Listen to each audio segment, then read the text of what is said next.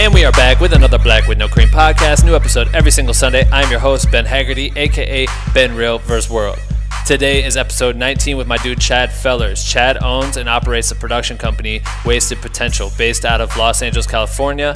The company services all production and touring needs such as stage design, live lighting, video wall content, tour management, artist development, merch, etc., etc., etc. They do fucking everything. Chad has worked and toured with artists such as Bryson Tiller, Logic, Party Next Door, Rae Sremmurd, GoldLink, G-Eazy, Khalid, BB Rexa, Super Duper Kyle, Riff Raff, Halsey, SZA, Mike Stud, Kid Ink, Oliver Francis, Wale, a fucking shit ton of artists. He's worked with everybody.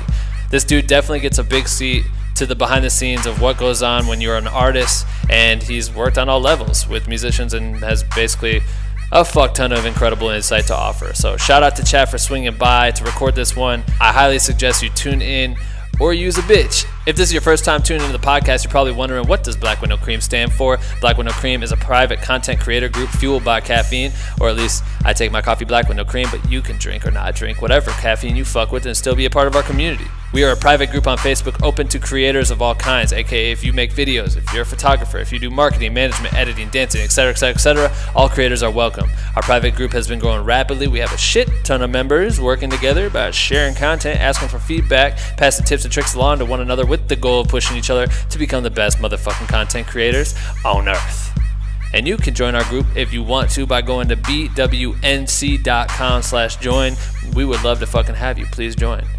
If you're interested in supporting Black with No Cream, go to bwnc.com/merch. We have hats, shirts, stickers, pins, all that shit's available in the store. I appreciate anyone who supports the merch, and if you don't have funds, I fucking get it, man.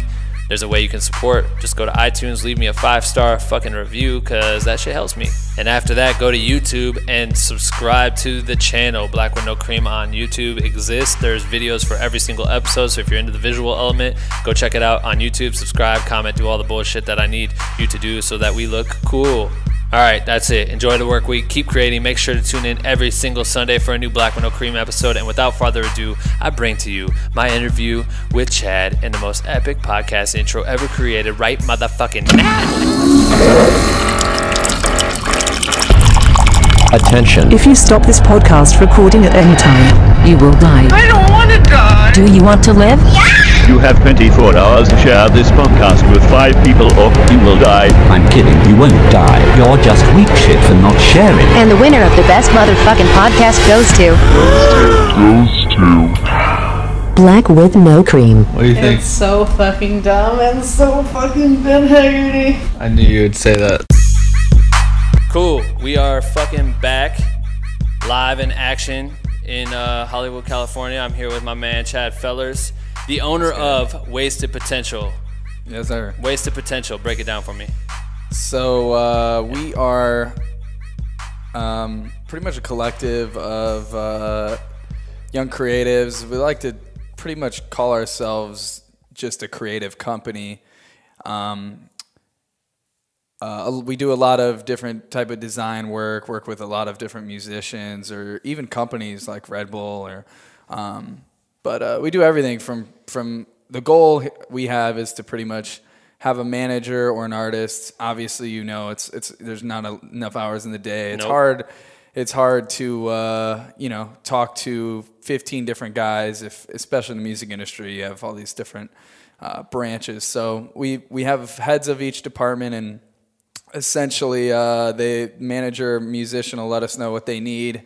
We'll copy in that person from our respective department, and pretty much go from there, whether it's lighting or merch or tour manager, sound guys, you know, getting in music videos and all sorts of things. So Chad's basically created like an all-in-one solution for any production need you could ever have. We're trying, yeah. You're doing music videos and all this shit too. Not only just touring aspect, but music videos and merch. You're doing merchandise and working with companies like that. Yeah. It's pretty crazy because the backstory of this is I met Chad, when would that have been? 2010, probably 11? six to 8 years ago, yeah. Crazy. young guns in the Midwest. Super young guns. He was living in. You were born and raised in Chicago, right? Yeah, outside Illinois? of Chicago area. Yeah, our mascot was actually the Freeport Pretzels. The Freeport. Yeah, Pretzels. they put us on ESPN and stuff every now and then for crazy mascots. But really, yeah, it's pretty crazy. But yeah, grew up out there. Moved to Chicago after college in the area. Just didn't work. It wasn't for me, and moved to Chicago. Kind of went to this school called Columbia. A bunch of awesome people have actually went to Columbia, like Jeremiah, Mick Schultz, who's a friend of mine. Just a ton of people ended up there. Mad people, huh? Yeah, I my used buddy to Mike Carson. Yeah, I was gonna say Mike Carson, all the Ill Roost yeah. dudes. Mike Wax, did he go there too? I think so. There was just a ton of people in that area, man. Right. And we were all growing up in a really awesome time to be in Chicago. Like Chance was always around at all the house parties and everything, and like there was just a really cool time to be in Chicago. Drill music was kind of becoming a thing with Chief Keef and absolutely. Rocky Fresh and all these guys were blown up out of Chicago. So it was awesome. But went to school for a little while. Started booking concerts, and that's how we met. Yeah, I was going to say, that shit goes back. Yeah, it goes back. Yeah, we were booking shows in the Midwest college towns, University of Iowa, Wisconsin, U of I and ISU. Those are our main four. And then Chicago, obviously. We just rotate around and have fun. Not really making that much money, but having a blast and learning. Just trying to figure out what we wanted to do. And then how'd you fall into that, though? How did you fall into booking shows that, around college? So we pretty much, the good old-fashioned lie. Mike Stud, his manager hit us up. He was on Facebook like, hey, we're trying to do a show in Chicago or whatever. Anyone in town, want to help out, let us know. So we just messaged and said, oh yeah, we do shows all the time, This is a complete bullshit. Complete bullshit lie. We were 18, 19-year-old kids in college, like, yeah, we'll help out, and then not thinking anything of it. And he hit back and was like, awesome, you have a venue? We're like, yeah, for sure. So we went out, called every venue. We got to link with this venue called Reggie's. It's actually a pretty historic venue in Chicago. Reggie's always cracking. They let us rent it out. We chucked together some of our savings money, me and my buddy Jake Reeder, who I was booking shows with.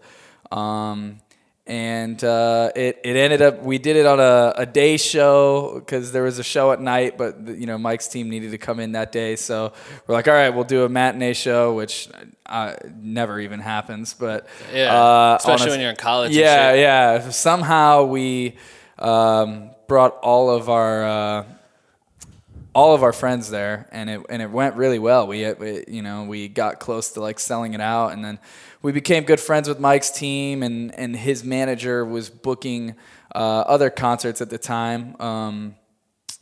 And just started working with him, going to these colleges, throwing flyers under dorms, and doing all the guerrilla promoting for him because he was New York based, and we lived around all these areas. So he eventually moved away, and we kind of just I had all these connections in my email account at like 18, 19. I was like, hey, let's run with it. So we started booking shows for guys like, at the time, these artists weren't really anything, but now they've, blossomed in, like Logic, Chance the Rapper, Hobson, all these dope artists in the hip hop world that were relatively small. So we'd book them for almost no money and go hustle, use our youth as kind of a tool to go into these colleges and like go to house parties, give away tickets, like whoever can chug his beer gets 2 tickets to the show. Like we had a lot of fun with it, and those were pretty amazing times. But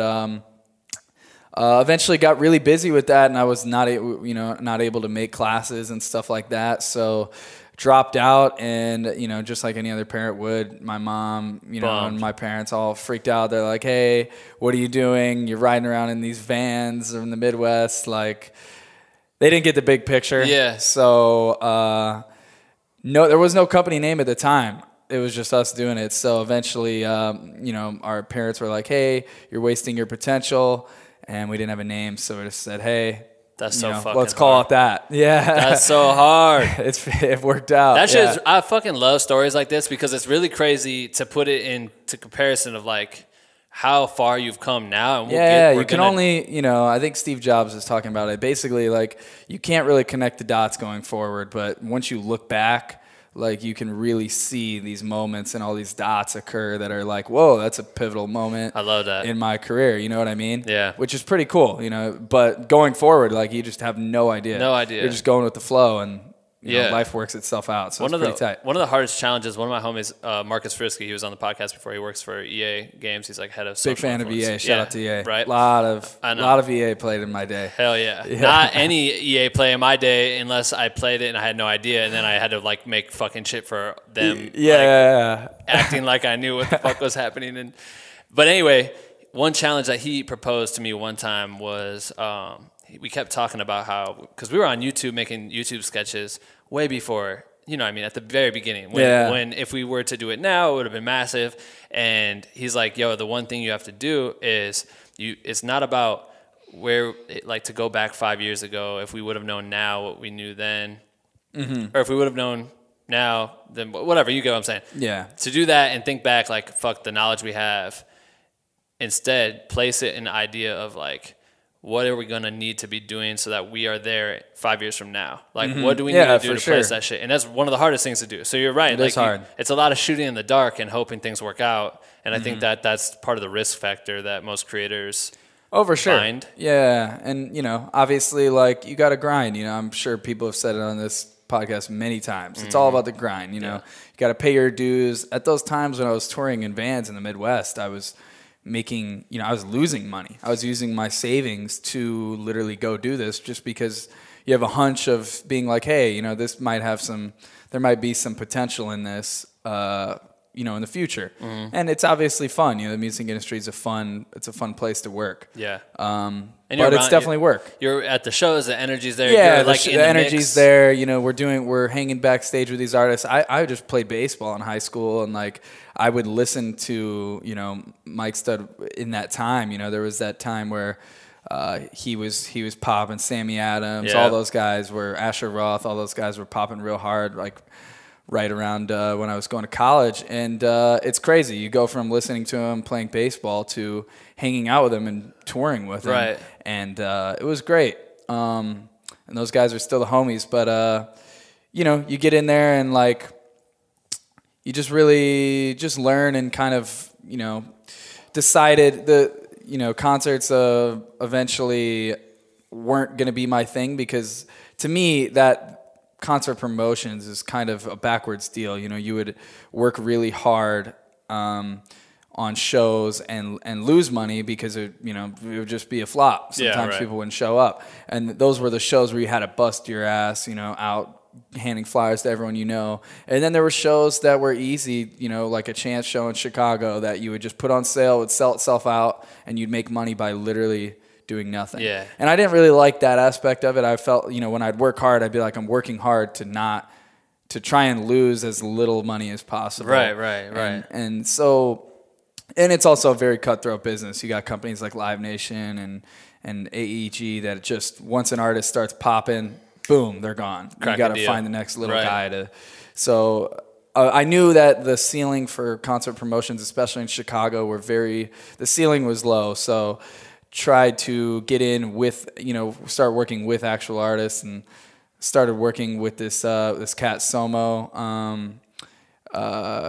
Booked his little run in the Midwest, and then I went out on it. I was only a 19-year-old guy, but I had a little experience with concerts. He had never done a show before. Right. So he needed someone to kind of show him, when to come, how to do a load-in, how to do a sound check. Isn't that crazy? And, how to settle a show. Because that dude blew up through YouTube, right? Like, he did YouTube covers. Yeah, he was doing YouTube covers, and he just blew up, and then I went out with him, and he released a record called Ride, that, now it's multi-platinum, but, crazy. But, I was there before that all happened, and I came in at the, it was all about the right time, right place, right time.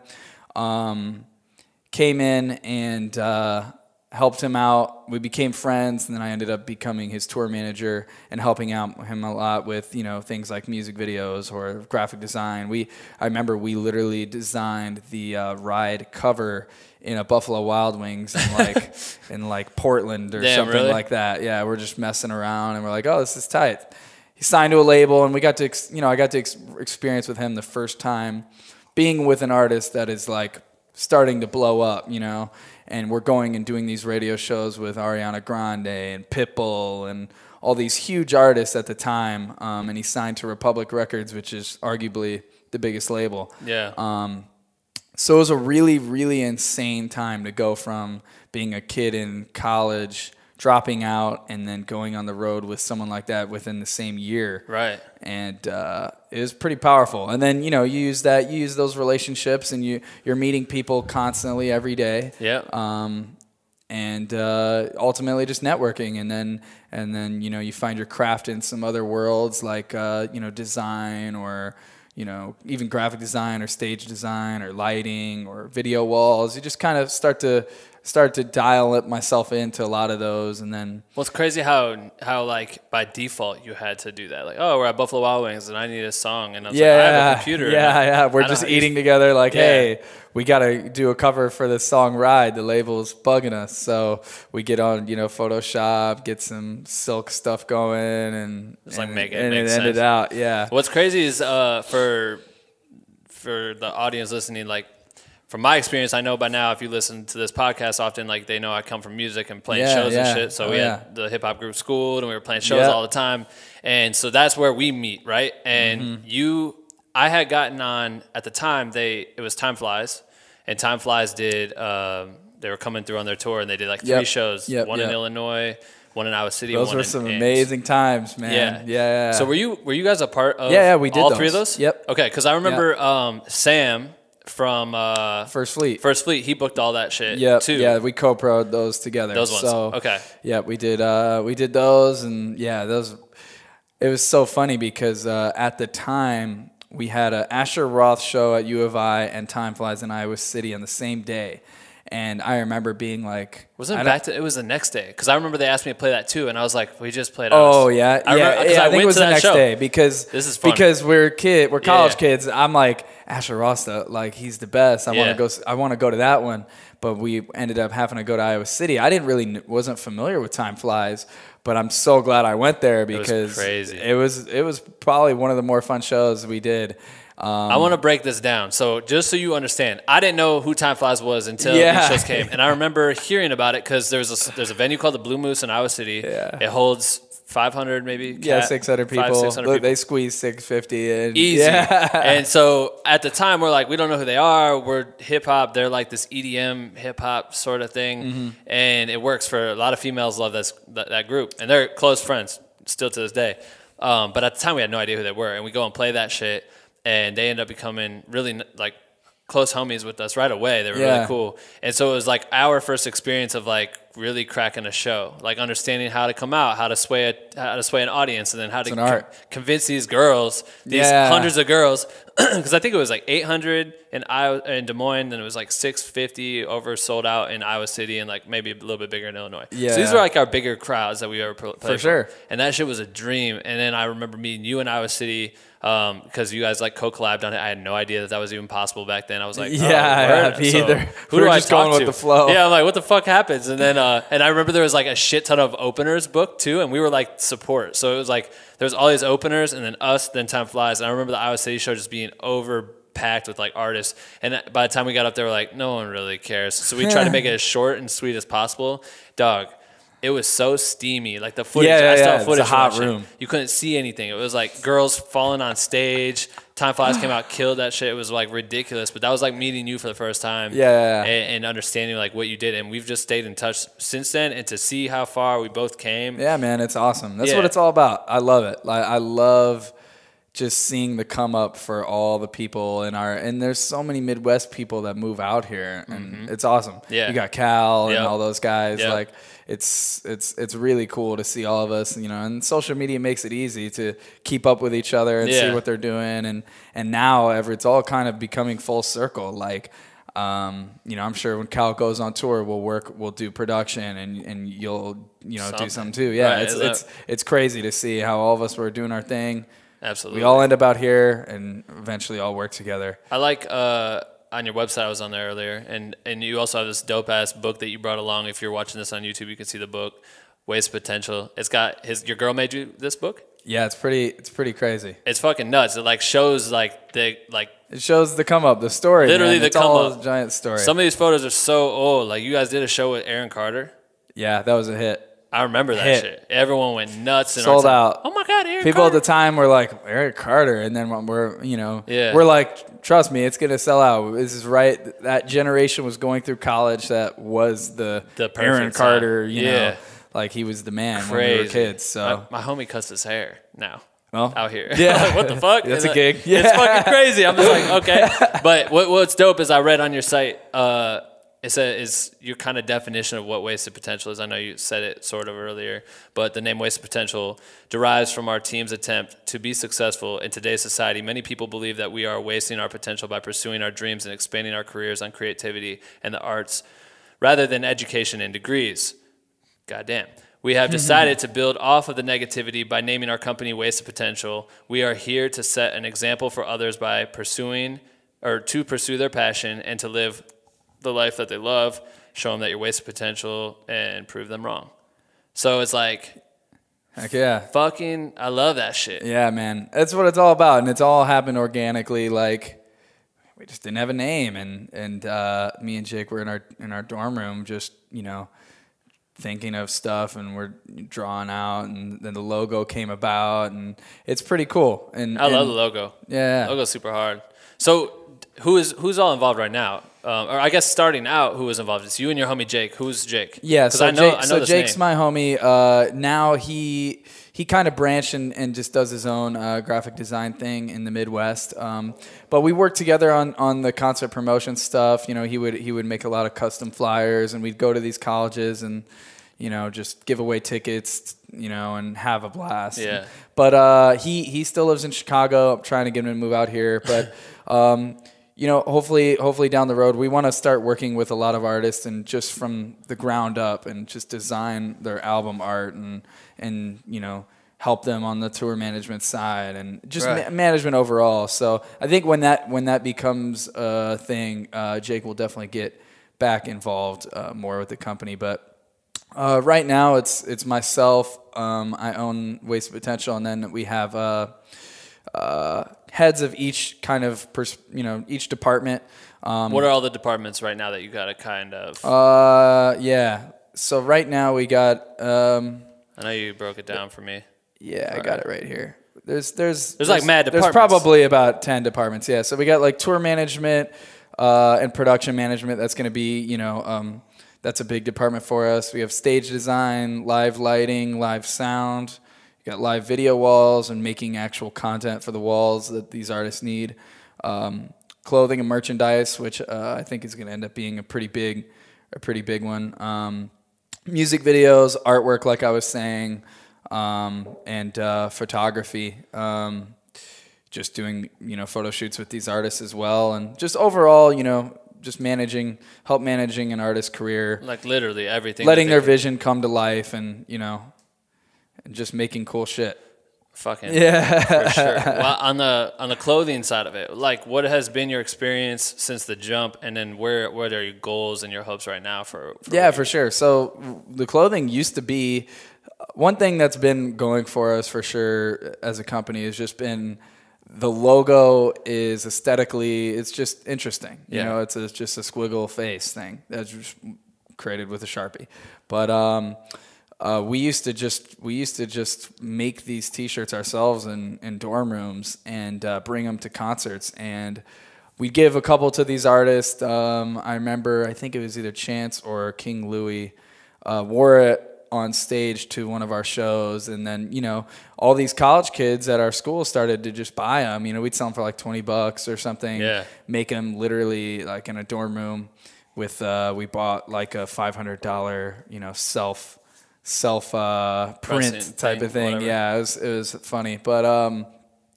So, people really just like the logo. I wear stuff all the time on tour, and I can't say how many times someone will just say, hey, that's a dope hoodie. Where'd you get it from? I'm like, oh yeah, it's our company. Here's the link. And it's becoming a thing, but we want to tie it in with all these artists, like my homie, Wookie runs a company called J Fields in Oregon. I think they're gonna create really dope clothing. We don't want to be a huge manufacturing company. We want to create little pieces of maybe 100 to 75 to 100 custom handmade pieces, like zippers on the sides, all the really cool fabrics. Like create dope shit, sell them. Custom Wasted Potential, maybe even collaborating with one of our artists, right? And yeah, just have really cool clothing. And I think, we'll tie it all in, work with artists on that. I think it'll be cool. You said your homie JJ, that's his name, right? J Fields is the company name, yeah. Oh, okay, out of Oregon. They're a really cool company. They made this shirt and a bunch of other, I think he just gets the fabric and makes them himself and, sews zippers in, and they're really dope. That's really intense. Really, really dope. But that's also sick because it's like as you start managing more and more artists and working with these artists, it's like you're building up that all-in solution even more by being able to like, oh, yo, we got merch too. This shit would look in the end of the day, you just want the artist and manager. They don't want to spend all day talking to a merch guy, all day talking to a sound guy, all day talking to a tour manager and a lighting guy. Yeah. You want to be able to use one company, which it's so hard to build that up, but we've done a good job at, finding the right guys in place to handle each department. Sure. And, that manager artist wants to talk to one guy, say, hey, man, we're going on tour. We need a dope tour manager, a merch guy, and we need, some live lighting or video wall. It's like, all right, awesome. I'll be right back. And we work on it, and then we come back to them, and it's all taken care of. And it's all about just developing a product that the artist and manager, now they can go spend their time doing things that are more productive for them. They don't want to be on the phone trying to find some sound guy, Right. Be like, hey, we need a sound guy. We trust you guys. All right, boom, we'll make it work.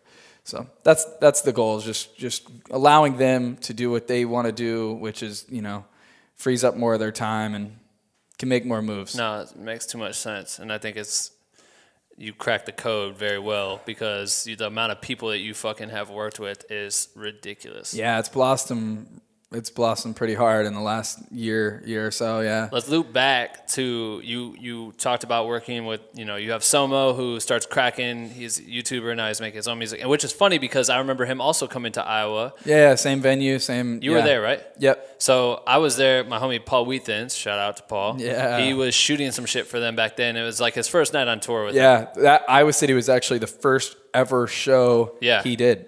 Yes. Ever. Because he first real show. I came there by myself just to meet up with Paul because I hadn't met Paul in real life yet because he had come to one of our shows with Hoodie Allen. Like I opened up for Hoodie Allen in Minneapolis or something, and then he came, I don't know, so we became friends. But he was there, cool. And I remember seeing Somo's first show and just watching it, like blown away because he was so amateur because it was the first one. Yeah, first ever show. And I'm watching this shit like, damn, yo, like how come we can't make this shit? Like our shows are cracking. We know how to move a crowd, do all this stuff, and he's just figuring it out, like for sure. Yeah. Had no idea. Throw someone up on stage. And it was a really bad day too. They showed up after doors because they had some issues traveling. They couldn't sound check or something. Yeah, no sound check. Yeah, it was insane. Nightmare. So, yeah. But I remember watching that and then seeing more videos and shit of him like growing up really quickly and becoming like a rock star on stage. Yeah, it's a really talented dude. It's you learn. The Blue Moose is kind of like, you're coming up there right when your career starts popping. Mm-hmm. I love that venue, man. Me too. One of legendary venue. Fucking best.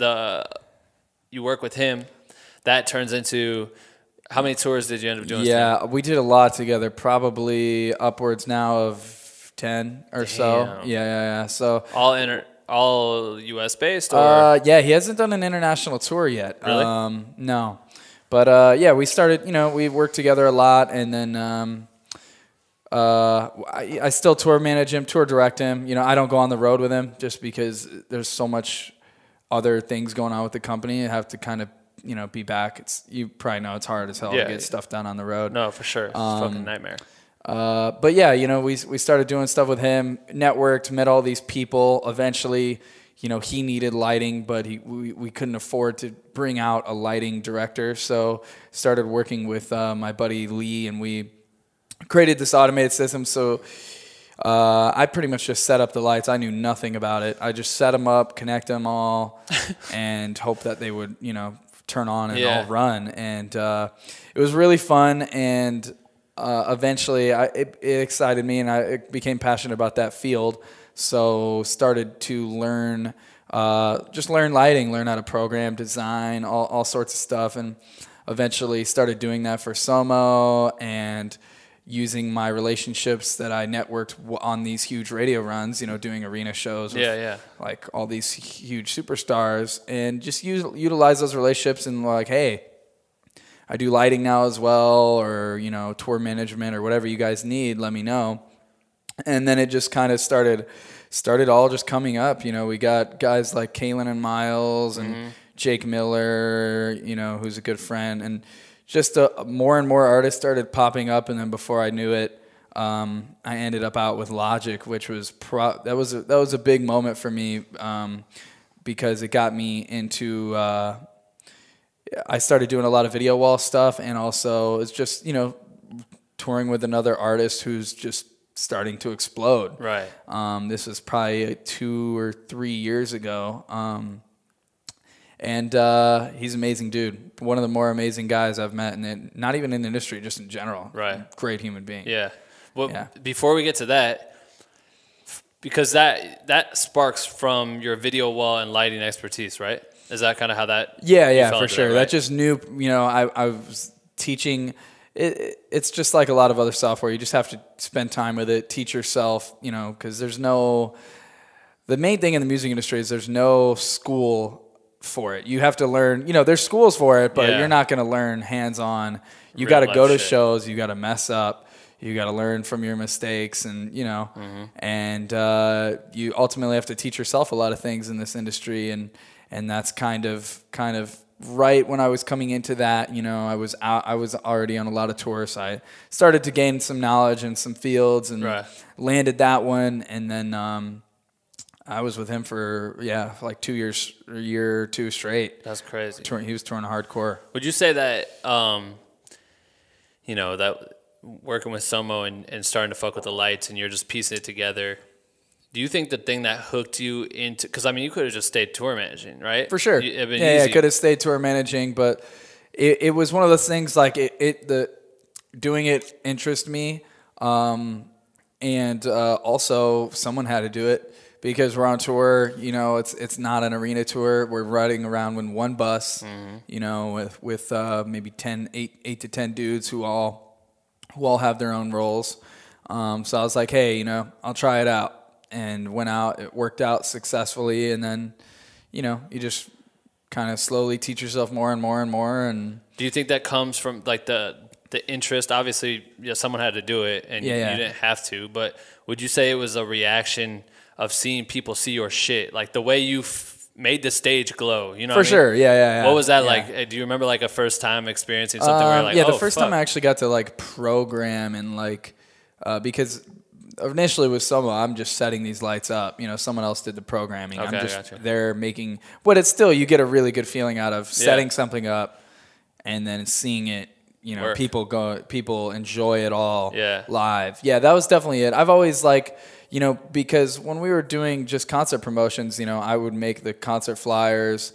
Me and Jake would work on them together, and I'd make a lot of the website stuff. I've always been a fan of just creating and then seeing, and then loving the result of seeing people observe it and see it, but not necessarily know that you did it unless you want them to. I love. That's what I love about concerts probably the most with the design standpoint is, you're at front of house running the show. You've got, maybe sometimes 20,000 people watching your show and watching all the things you've done. Yeah. But they don't know you did it. Right. So you can chill in the background. If you want someone to know you did it, you can just say, "Hey, this is my shit." Yeah, this is my shit. It's cool, right? Or no? Yeah. The one. But I love that shit too, because you're like so. Yeah. What was your biggest concert you did? Like the first time you did I guess.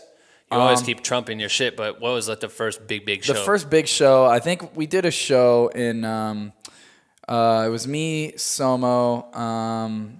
We did a show right when Ride was popping on the radio. We did he's from Dallas, so we did a Dallas, I think at the American Airlines Center. Somehow the radio station put us second to last. We had about a 10-minute set. It was a Jingle Ball show. They put us after Pitbull after Ariana Grande and before Pitbull. What the fuck? Yeah. It was just a huge show. It was like when the most people are there. It was insane. Holy shit. Yeah, that was a nerve-wracking show for everyone just because it's like, that's the first time playing in front of a sold-out arena. So that was pretty amazing. Yeah, and then from there now it just becomes, you kind of miss those feelings because once you start to do that more and more, you kind of become numb to it. Yeah. But yeah, that one was a special one for sure. What would you say? What would be like a big piece of advice you could give to someone that's on the come up right now, doing exactly what you did, and gets into that seat right before you just see Pitbull leave the stage, and you're like, it's our time. Like, what advice would you give to someone to like keep their their cool? You gotta cool, calm, and collected. That's kind of like my go-to thing because. In the music industry, there's so many components, especially live production or tour management. There's so many components that there's just going to be things that go wrong, you know, and you just always. Outside of this, people always tell me how chill I am and calm, and like I've never been like a crazy hothead, and I think that kind of is a pro of running this company because it's just there's going to be things that go wrong, and if you show your cards, the artist kind of. People are going to give out the same energy that you're giving out. So if you're relaxed and calm and, they're going to usually be like, all right, everything's straight. But if you start showing signs of freaking out, then, the artist or your client is usually going to start tripping a little bit. But yeah, just lay calm, know that you're there for a reason and, everything's going to work itself out. There's going to be bad shows. There's going to be bad gigs, but in the end of the day, you have to sit back and look at the big picture and know what you're doing. You're there for a reason. Right, you're right, doing your thing. That's really interesting. So you get into Logic and hop on the road with him right away, doing all of his lighting and stage building, or what? Yeah, so we had a lighting guy that was already in place there, and I was just helping out with the video walls, making the content, and running it all live, and we had a small crew of maybe a dozen dudes or so on a tour bus. So we're just roaming around, having amazing times, and just putting on these shows. This is when I think the incredible True Story album was coming out, and his whole tour just sold out within I think just a few days. So we did so many shows that year. I think we did over 100 shows that year. Yeah, it was insane. Fuck. What size venues? He was headlining his own shows around 1,000 to 2,000, and nice. then we ended up going out with G-Eazy on the Endless Summer Run, which was amphitheater. So that was stepping it up significantly from 2,000 to 10,000. Right. Yeah. So that was a really big run. Do you remember because that was probably like his bigger. That's probably one of the bigger tours he's been on, or had he been on? Yeah, it was bigger. One of the bigger ones I'm sure he's been on. Since then he's done a tour, of doing amphitheaters by himself. No co-headline. But yeah, that was pretty amazing. We got to build this huge rig, run it all, at these levels of 10,000 people or more. Sometimes I think we played at Barclays on that tour in New York and the Forum in LA. So, those are big rooms. Yeah, they're super huge. It was a lot of fun. Do you recall any moments like for him personally to be going through, that adjustment to having to make sure he kills these shows? Yeah. Do you remember any times where he's like putting the pressure to make sure the team is A1, that show's going to be like, you feel like you owe him your life almost in the sense like, I'm going to come through, you have to trust me? Yeah, what I love working with him because he's just a nice guy, and when you're working with artists that are just genuinely good people, you want to do good for them. Yeah. Because in my opinion, he deserves the best. So Right. like I want him to have the best show possible. So yeah, I'm gonna go out there and do everything I can in my field to make sure everything's good. Because everyone.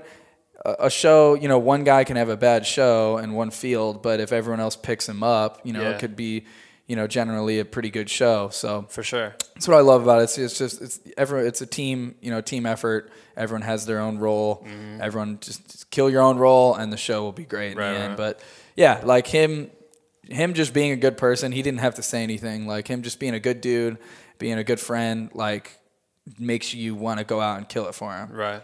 What would you say is the difference? Like, have you had any experiences working with artists that don't contribute in that aspect of like making the team feel like a team, and you kind of have to, it's more like you're always gonna have that. When you start to scale and you're working with a dozen artists, then 2 dozen, and then 3 dozen artists. You're getting up there. You're just gonna meet so many different artists and people. There's always gonna be artists that are a little bit hands off, like. That come in to sound check, do their thing, and then they leave, and then they come right back for the show. You might not even ever really even get to hang out with them or talk to them, or they might not have any criticism or, constructive feedback or anything. And that's fine. I love when artists, are constructive, but not too constructive. They know that they hired you for a reason. They trust your vision.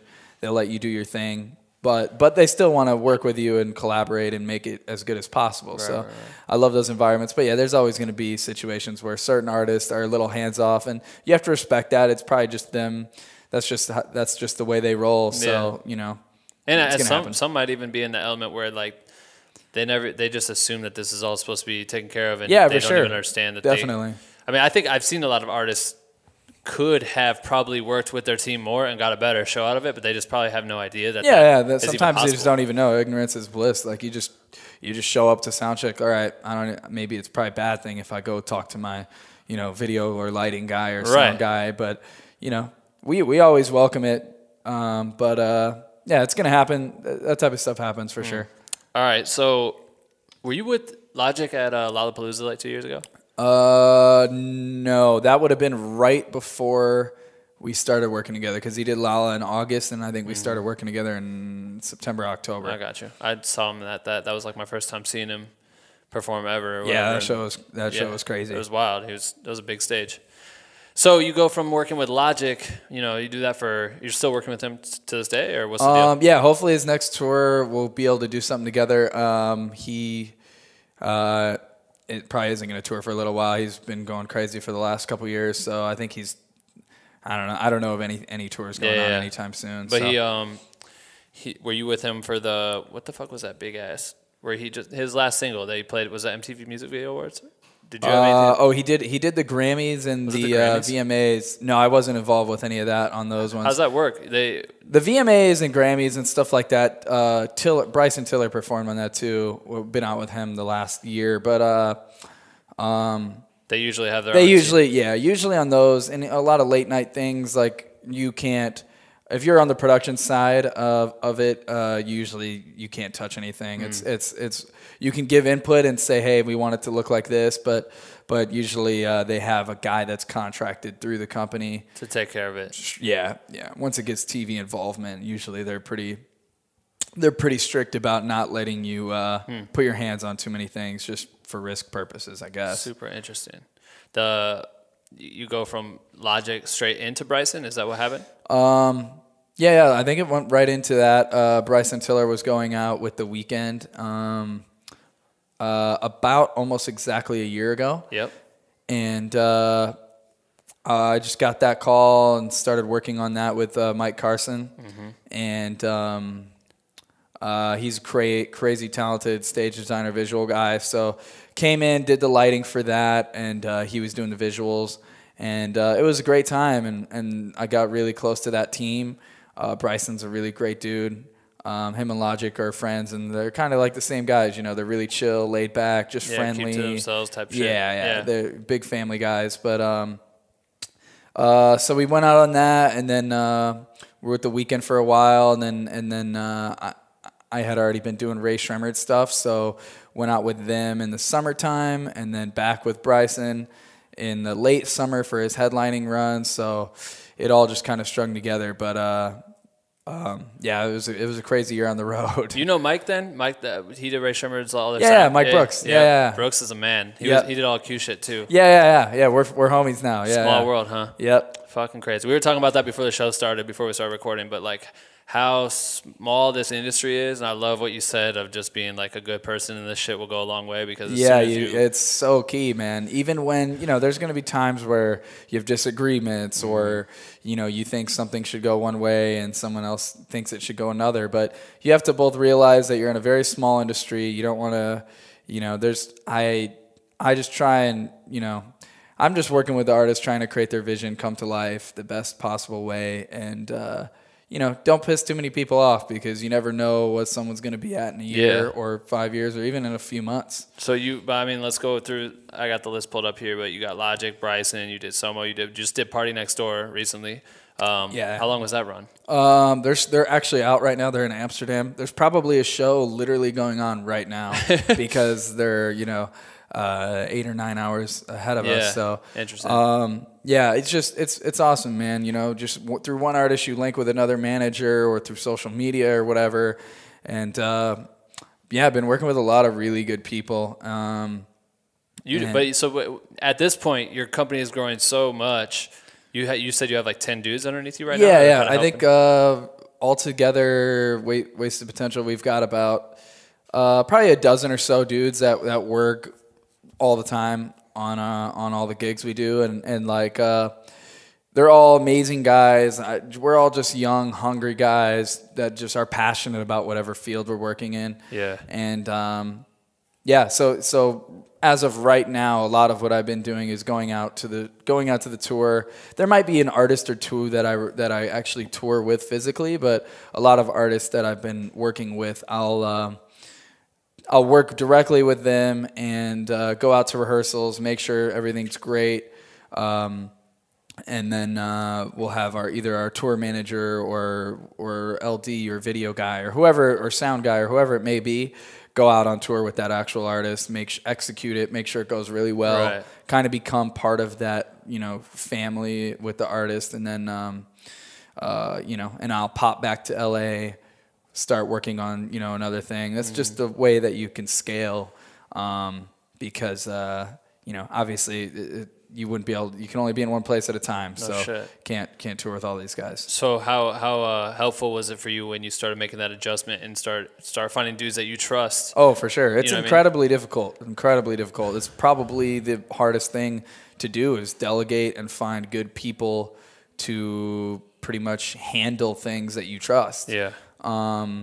So that's probably the number one thing that a lot of companies face in every field of work, is like building your team, because it's a team element. You can't do everything yourself. I could work with one or two artists myself, but to scale and do the things we want to do and develop a product that these artists and managers want, requires a decent little team of guys to work together, and we're all friends. A lot of us have toured together already, and then we've all just kind of our heads of our fields, and things are really going well. And it allows you to like expand, like you said, and you leave your print on almost everything that you're touching, right? Like you don't even have to be there, and you're being there, And right now, something that you create is happening across the fucking country or the world. You know what I mean? It's crazy. You don't even think about that. Wild. Yeah, that's super wild. That's fucking dope as shit. Yeah. The one thing that I think seems like it would be so stressful, and tell me if I'm wrong, but how do you wear multiple hats in a sense of like you have 5 artists contacting you at once, and you have to be. This is what I think is hard for a lot of creators, because say you're a creator and you want to be doing everything. You're used to wearing multiple hats at one time, and you've done it. I've done it. For sure. I don't want to let someone shoot this because I am going to shoot it the best. But you start freeing that up. But now you're in a position where you have to be, you mentally have to be a Party Next Door right now. You mentally have to be potentially Bryson Tiller, whoever it is. Yeah, for sure. How do you handle all of that? Yeah, that is definitely difficult. I'm always been I've always had a very like organized mind state, I guess I could say, and like I'm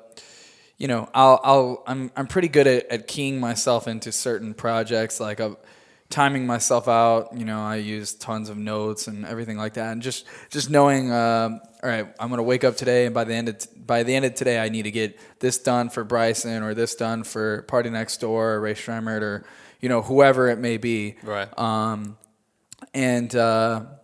Yeah, I mean, it's kind of something that I don't know if you can really teach it. It's just kind of like a trait that you have, because there's definitely people out there that aren't accustomed to working on project management, just managing multiple things. And there's tons of great software out there like Trello and all these awesome software these days. I can't imagine how people could do this type of stuff 10 years ago.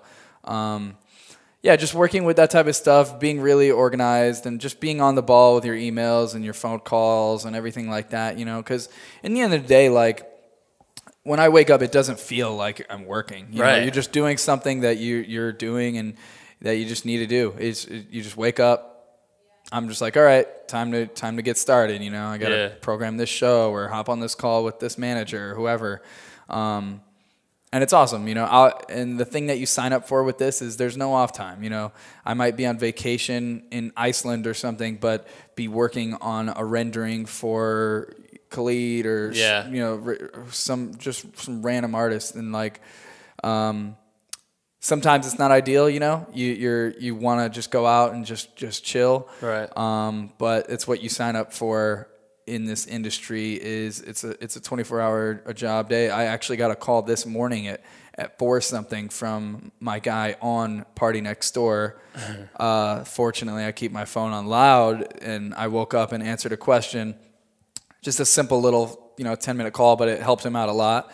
And that's the type of stuff you sign up for. You sign up to wake up at 4 a.m. and answer a technical call about something, or that type of stuff. You're still in a relationship?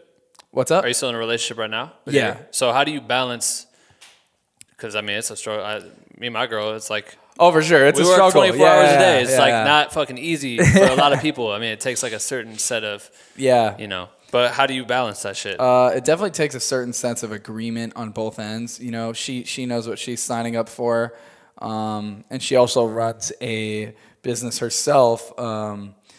In the racing industry. Her family owns a racing corporation. They put on races all over the country. Like pretty cars much. And shit? Yeah, like essentially think of a Formula 1 car, a stepping stone to that. Like almost, it looks like a go-kart, but it goes like 130 miles an hour. God damn. It's pretty insane. It's really cool. That's fucking dope. Yeah, so they put on races all over the place, and like, she's gone all the time too, so it's kind of a mutual thing. We both are popping here and there, but we're always communicating, and and the fact that we both travel allows us to me to be in Europe or Paris or somewhere and be like, hey, just come out here. Like, I already have all the expenses covered. Just come out and hang out, and we'll go do stuff. So it's tough for sure, but it's worth it in the end of the day. You get to travel across the world and get paid to do it, so can't be mad at that. Yeah. I know. What's your home office setup like? Like, I know you were talking about earlier, you invest in some gear and you eventually have like your own setup. Like, describe what your setup is at home and how you use it. So right now it's a cool. Right now I can fit everything at home. Not really, but you probably know how that is. Yeah. It's like you have a lot of gear. It's kind of in the living room, or it's kind of wherever. But I have a really nice setup to the point where I can design tours and have artists come through and look at everything, and it works really well. I'd say it's not ideal. Obviously, you would love to.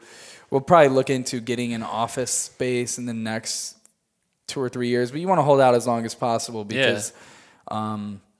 if you can get really awesome constructive work done at home, then you're in really good shape because it's hard for a lot of people. Absolutely. Distractions are there, you know. 100%. Yeah, the Xbox is next to you. Game of goddamn Thrones. You want to go, watch some Netflix or something. But you got to know that's kind of where the self-discipline comes in. You got to know, hey, by the end of tonight, I got to get X done before I go to bed. Yeah. So like, I might play a game of like PUBG or something, but then like I'll, go and program a show afterwards and just know that it has to get done before I go to bed. 100%. And this is totally sidebar in a sense, but what the fuck is PUBG? Because one of my homies that I met, she runs like Undefeated Chrissy Poon. That's like her name. She plays games like that, and that's what she's like. Oh, PUBG. I'm like, what the fuck is PUBG? It's like think of the Hunger Games, but video game version. You essentially get dropped off on an island with nothing, and there's stuff laying around, and you have to kill each other. And there's only one person that wins. Can you play it on an Xbox? Because EA gave me one. I had never played it. That's a lie. I played NBA on it once. You can play it on the Xbox now. Ooh. Yeah. Try it, dude. Lauren's gonna hate this. Beware. Sorry, Lauren. It's very addicting. Yeah. Damn. Anyway, back to it. I want to talk about your most memorable experience on tour and your favorite space, wherever you've been, whether it's a venue or it's a city. Talk about those right now.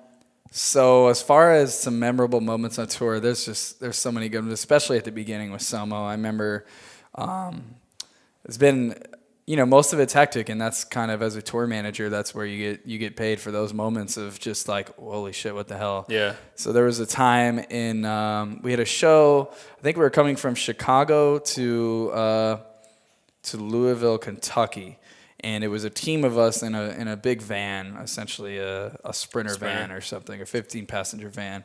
And Somo's brother was with us. He's selling merch, just out there hustling. And we all stopped somewhere to eat. I think it was like a Taco Bell, right? And we're like, all right, shout out to T-Bell. But we're all eating there, and we're like, hey, we gotta get going right after this. Hey, John, do you mind filling up this van with gas so that when we leave, we can just keep going? Yeah. So I give him the keys. He goes out, goes down the street, fills it up. Comes back, we're all we head out, we're traveling, and I start hearing the van make some weird noises. I'm like, oh shit, pull over. And then it just hit me. I'm like, hey, what type of gas did you put in here? Oh shit, so diesel? He put diesel in a regular fueled amateur vehicle. Fuck. And it's just moments like that, like the van is completely ruined. Yeah. So I call up a tow truck guy. We're about 300 miles from Louisville. We have load in maybe, however, literally we were going to get there right at load in time. So get this guy. He comes all the way out on the side of the highway, just this big burly dude. I end up talking to him, and I pretty much bribe him to, you're not supposed to tow a vehicle over 50 miles, I think. Right. Especially a huge Sprinter van. Yeah. I'll send you a picture after this. You can put it on here of what it looked Fucking like. It's please. insane. But basically, I bribed him a few $1,000s to drive us from this place, Random Highway, all the way to Louisville, Kentucky, and on a Sprinter. So me, Somo, and we had to bring the essentials because flatbed trucks. It's just it's a driver's seat, a middle seat, and then the passenger. Right. That's it. So could you put the homies in the back? Do you allow that? No, you can't do that. I was gonna say that's because it's like wobbly. Yeah, it's crazy. They could die. So it's just us. The show. Me, Somo, and my buddy Cody, who's his keyboard player, get in there, and with this huge dude, tow truck drivers, they're usually massive guys. So we're literally squeezed like this for 300 miles, paid this dude. He rolled up to the venue. It was already like 7 p.m. Doors were supposed to be open. Fans are out. We get there. The fans, this was a huge show. I think it was like 2,500 people are outside, and they see us pull up. And meanwhile, he was tweeting like, "Hey guys, like we're coming on a tow truck." So we get there and all 2,500 people are just going insane and like cheering. It was pretty insane. And then he rolled us right up to the side of the venue in this tow truck. We jump out, set up crazy fast. The show goes off without a hitch. And like, wow. At that time, you know, I'm just a 19-year-old kid. Like, what the hell just happened? You know what I mean? But you figured it out. Yeah, figured it out. That's all. It's problem solving 101 is definitely the tour manager game. Yeah. Yeah, there's been a lot of stories like that. You know, we had someone break into our tour bus one time. I think that was also a Somo tour, and you know, stuff like that is just, you know, stuff's gonna happen when you're traveling across the world, and people know that you have money and you have expensive things coming in, you know. That sucked. Just going on the bus after it was the last show tour, everyone was so hype, and you go onto the bus and all of your stuff's just everywhere. The tour bus? Yeah. Oh, someone broke into the bus during our show. Yeah, damn. It was crazy. Stole all the merch money. I think a couple laptops, all types of stuff. But you know, it's just something you just roll with it. It's upsetting, but you got to roll with it. But we've done a lot of cool stuff as well. Like I have just through the music industry, I got to meet my buddy Eric, who runs a few things over at NASA. So I got to bring. Yeah, you've been wearing mad NASA shirts, huh? Yeah. Big NASA fan. Dope. But Eric allows me to come in with any artist I'm on tour with, and if I'm in Houston, and we'll get a private tour of the NASA headquarters. Oh, that's sick. Hang out with astronauts and like, you know, get to see the rovers and mess with them, and go in like life-size replicas of the ISS, like the International Space Station. And it's pretty cool. Stuff like that. You know, you also have the pros, but yeah. You know, there's pros and cons that happen while you're traveling on the road. That's really dope. Yeah, it was really cool. We also did this thing with Bryson in Africa. We went out to Africa with Bryson Tiller and Travis Scott. Crazy time. But we got to the people that brought us there basically gave us 4-wheelers, and we got to drive them through these little towns, and we got to get out, and we had, you know, things like it really puts it all into perspective when you're in Africa and you meet these kids and you get on Snapchat and they've never seen the filters before, where you have bunny ears and puppy dog ears coming on, and these kids are going crazy looking at it, and our photographer had a Polaroid camera, and these kids have never even seen a Polaroid before. So you take one and the kid sees it, and you know, you have 100 kids run up to you. It's pretty insane. You know, the stuff like that makes you come back and be like, hey, you know, you hear your friend complaining about the internet not working. You're like, hey man, like we're good. Be worse. Yeah, it could always be worse. Yeah, for sure. Damn. We're all really blessed. So that's amazing. Yeah, just stuff like that. My favorite place I've been to is probably, I really like Iceland. Was cool. They don't do shows there. We just went there, you know, for fun. With who? It was me and my girl went there after tour. Oh, where? Because we're over there. And it's mad cheap. Well, I guess you were already there, but it's cheap to travel in Europe. But Iceland as itself is top 3 most expensive place in the world. No, I mean to get there. I remember it being like relatively cheap to fly. It's not that bad to fly there, but once you get there, it's pretty expensive. It's expensive as hell. Yeah, we were there. That was we stopped there. That was like the last show we did on Q's tour was Iceland. And oh, you guys did a show in Iceland? Yeah, nice. Probably Reykjavik. Yep. We played there. That's pretty much the only city there. I was so stoked for the Northern Lights and all that shit, and we got there and it was raining. Yeah, we got to see those. Lucky. It's insane. God damn. Yeah. Other places in Europe that are really cool. Amsterdam's obviously just a crazy cool spot. Australia's cool, but South Africa's probably right up there too. It's just, you know, it teaches you a lot. Like the wealth distribution there is so bad. Like you're either incredibly rich, like the rich places there make places, you know, in America look just cheap. Like they're so nice, and then you can go a mile down the road and you're people living out of closets and huts the size of, you know, literally a closet. It's fucking crazy. Yeah, so, but that was a really cool place. Just seeing all the people there was amazing too. Were you, when you said you guys were out riding around, is this like you, Bryson, and your team? How big was the team that you were with? Yeah, it was, we had to hire, in places like Africa, you got to hire, you know, the people who bring you there literally have armed guards with you. So we had like a guy in the front with an AK and a guy in the back with an AK, and they're driving us around these towns. But yeah, I think it was about 10 of us. Yeah. So like, the artist and, you know, just the immediate crew. It was really fun. That's amazing. Damn, that's fucking a trip. That's really crazy. It's cool, man. Fuck, there's so many things about tour that I'd love to hear about. Yeah. I know, I'm sure, because I always ask, I let Black with No Cream people ask questions too, and I'm sure they've asked some similar things, but I want to go into, hold on, I'm pulling this up right now. When you get into building I guess, because you talked about earlier, design and shit, right? You got like video walls and things like that. When you're designing that, how much of that content are you pulling from, I don't know, stock footage and shit, and how much of it do you guys actually shoot? Pending artists and depends on the artist's budget. If the artist doesn't have a hard budget, we'll usually do what you got to do, whether it's buy content from, you know, someone or a site or something, and alter it to the artist's liking, or ultimately love to shoot as much as possible. So if the budget is there, you know, you can even bring the artist through and shoot on green screens, or, you know, go shoot. You know, luckily we're in LA. There's so much awesome scenery around here. You can go to Malibu, shoot the beach, shoot the palm trees, whatever the artist is wanting for the videos. And luckily we work with a ton of lighting and know how to alter that to our liking, so we can, you know, shoot light on certain objects and, you know, make it look cool, and then bring that into the video wall side of things. So yeah, I would say it all just depends on the budget, you know. Certain artists have, you know, $1,000. They're like, hey, can you just do something real fast?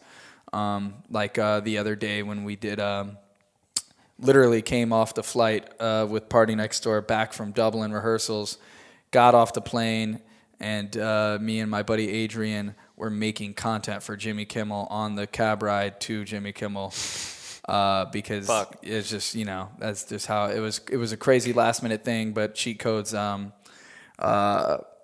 hit us up and they're like, hey, you know, we're doing Kimmel in a couple of days. Can we make some content and some lighting and make it look good?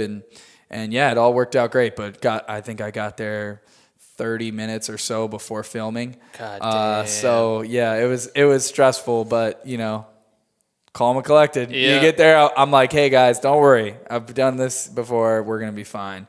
And it looked great. And you turned to Adrian like, dude, what the fuck are we going to do? Yeah. Like, yeah, what the fuck do we do? We're like rendering it off last minute. Wow. But yeah, it looked good. So it was cool. So would you say that you've built up, like, does that require you to have like hard drives full of content to like pull from? Yeah, there's a lot of, sometimes artists are going to be like, hey, we don't have enough to make our own content, but you know, can you give us something with this vibe or with, you know, this vibe? And be like, hey, yeah, we'll pull our content, throw it in and try and alter it to your song, you know, put your logo in there or add in some clips of you guys from music videos or whatever. And, you know, and then it ends up coming to life. Try and alter it as much as you can for that artist. Absolutely. So it's not just, you know, some blatant stock clip. Right.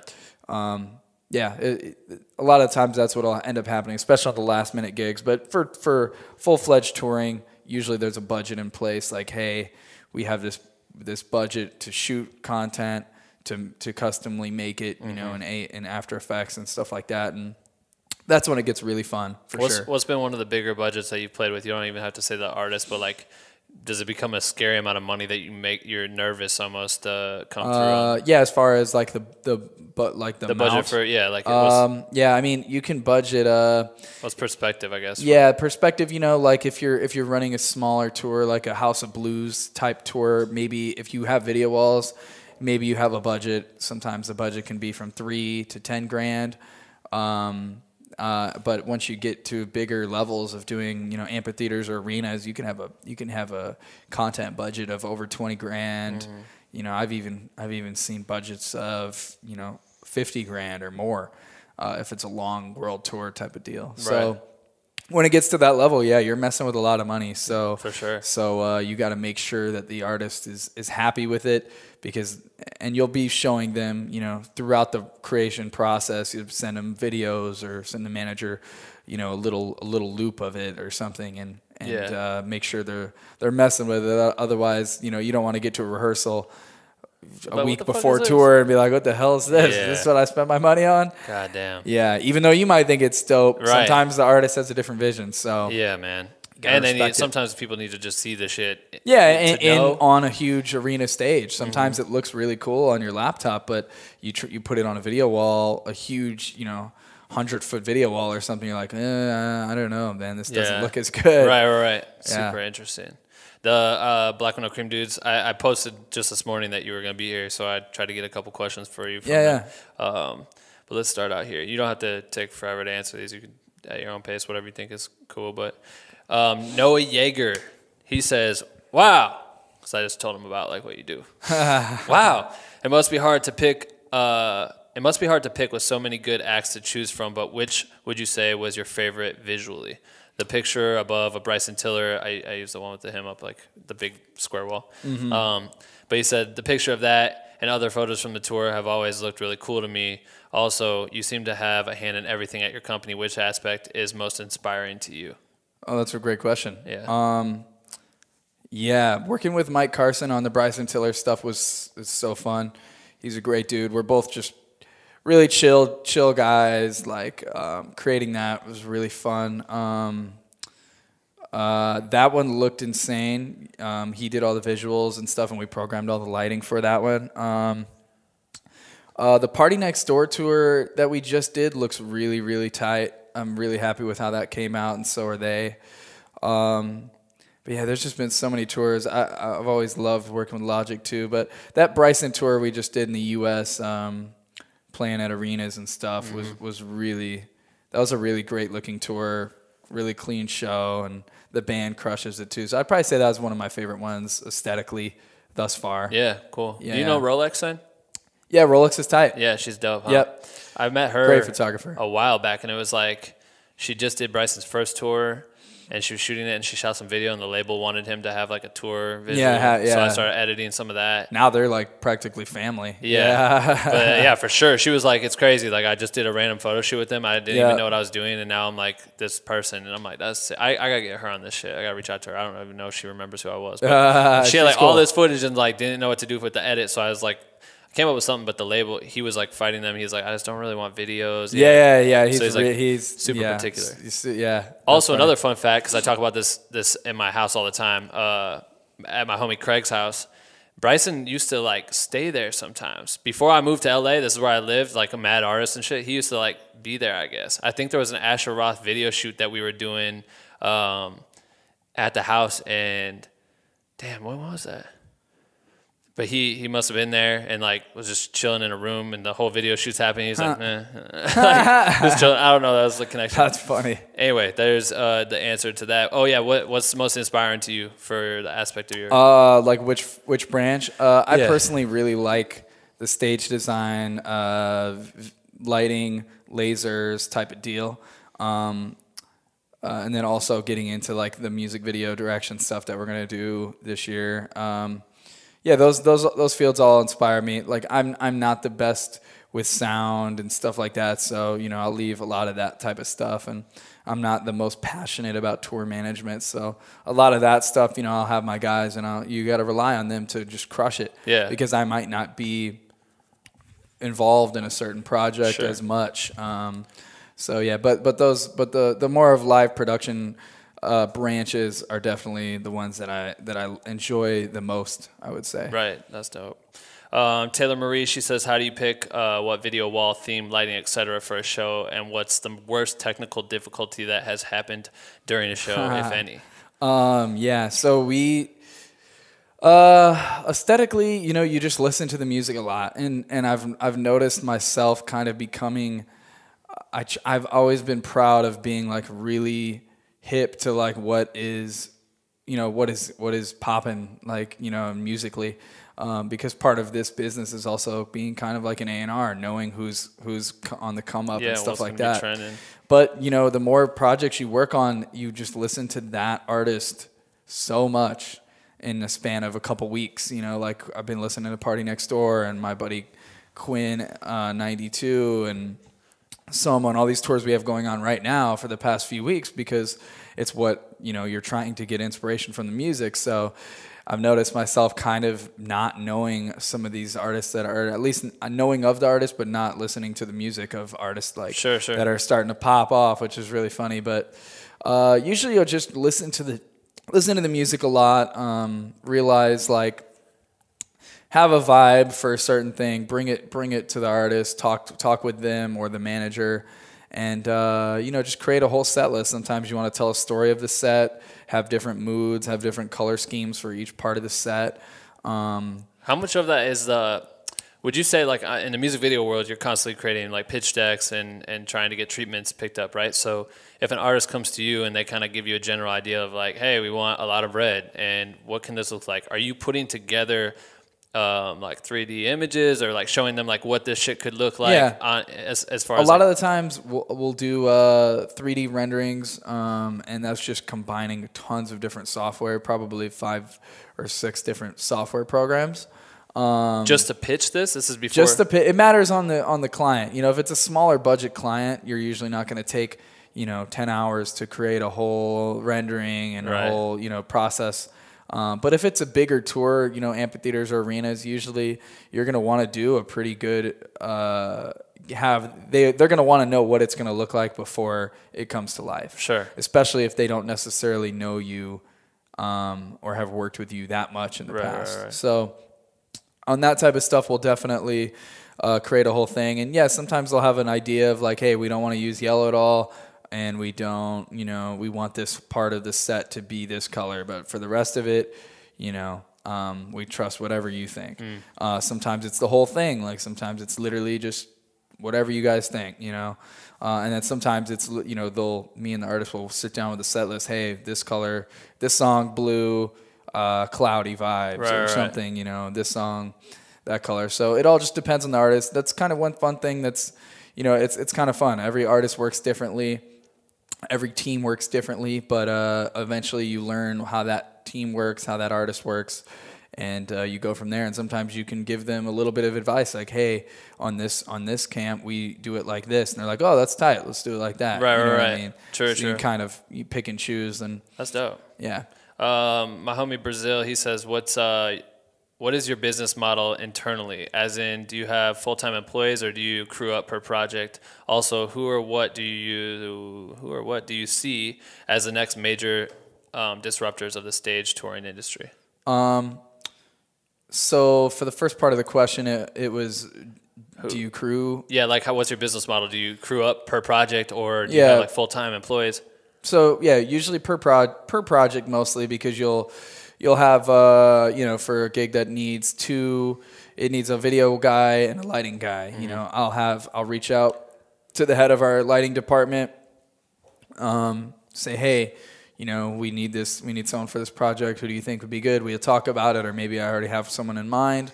And we'll ask, the person if they're available, and, get the rates all worked out, and go from there, and then stick them on the project. Make sure that the manager and that person on the tour are, in connection and talking, and they're vibing and everything. So usually we'll run it that way on a project to project basis, because it gets really tricky if we pay a full-time employee, have them sit around. Yeah, and there's seasons of the music industry. January, December are usually quiet. Then you have, spring it booms, and then you have fall it booms. Summer can be hit or miss. So you don't want to pay someone a retainer and have them just sit around, waiting for work, or even not pay them and just have them sit around. So, we'll usually pull people in on a project to project, and the more clients we get, the more busy everyone is. So everyone, is pretty happy. Yeah, that's dope. This is a great question that Jace asked. He said, what are the moments that make these sort of fast-paced, high-pressure situations worth it? Is that me or you? I think it's you. So I put my shit on silent. Oh, it is me. He's getting a phone call, everybody. Okay. You can answer it. Is it important? Let's hear it. No. We'll wait. Put it on speaker. What was it? What was the question? He said, what are the moments that make this sort of like high pace, fast energy shit worth this? Like, what makes it worth it? For sure. Everything. It kind of goes back to what we were talking about, just creating, just seeing everything, seeing a manager and an artist happy, like an artist reaching out to you personally and saying, hey, man, like you really made my show dope. Like, thanks for all your help. I can't wait to do more stuff with you. And seeing just fans just love a show and post pictures of it and be like, this is awesome. Right. It sounded great or it looked great or whatever. Or, tour management side, it's like, man, everything was so smooth. Everyone was cool. Just getting good feedback from artists is great. And it just makes it all worth it in the end because we're just trying to create and work with good people and just create awesome just projects in general. Right. So are you going to be out on the road anytime soon, or are you going to try to stay here for a little bit more? This year I'm going to be in LA a lot more and I'm going to be bouncing to a lot of rehearsals. Like I literally have to go to a rehearsal for Quinn 92 and Selmo's doing a little tour. They're both rehearsing in the same facility in Nashville Wednesday or Thursday. Oh, nice. So you're flying out there. Be in Nashville all weekend and then go to the first show for Quinn, make sure it's good, pop back over here, and then, work on something else. Sick. Yeah. All right. Damn. This is a good one. Thanks, man. I like it. I mean, hopefully. You crack a nut for a lot of shit that we don't have access to a lot of stuff. You don't hear about the behind the scenes of it, and I think that shit's so important when you're trying to figure it out. No, it is. It is important. And, there's always going to be stuff that goes wrong, and people are like, oh, man, I'm, a huge fuck up, something's going wrong. But stuff always goes wrong. It's about prevailing through it, problem solutions, and making your client happy. And, yeah. So what do your parents think now of your wasted potential? Oh, they love it now. You know, they get to come out, fly them to a show, come see it. I'll set up a couple buttons and let my dad hit some lights during a show. That's pretty dope. It's really fun. Damn, for the openers. Yeah. That's pretty fucking sick though. That's dope as fuck. It's pretty cool. How can they follow you and Wasted Potential? Where do you want people to check out? Instagram, trying to grab that Wasted Potential handle, but some random like dog account has it or something. God damn it. But right now it's just We Are Wasted Potential on IG. Twitter is just Wasted Potential. But just trying to, build a brand. Yeah. WastedPotential.com too? WastedPotential.net. .net. And then what's your personal shit? I'll put all this in the show notes. Yeah. Fuck it. Yeah. Mine is CFELZ, just CFELLZ. I usually post pictures of just all sorts of stuff we're doing on there too. Yeah. So his behind the scenes look is really sick. So you guys should check them out. And then if anyone made it this far, because we're right at 120. Nice. Oh, nice. That's the goal. Yeah, that's the goal right there. If I always do this, so like if people that are listening, watching this or whatever, if they made it this far, and you could have them like tweet at us a hashtag, what do you want the hashtag to be?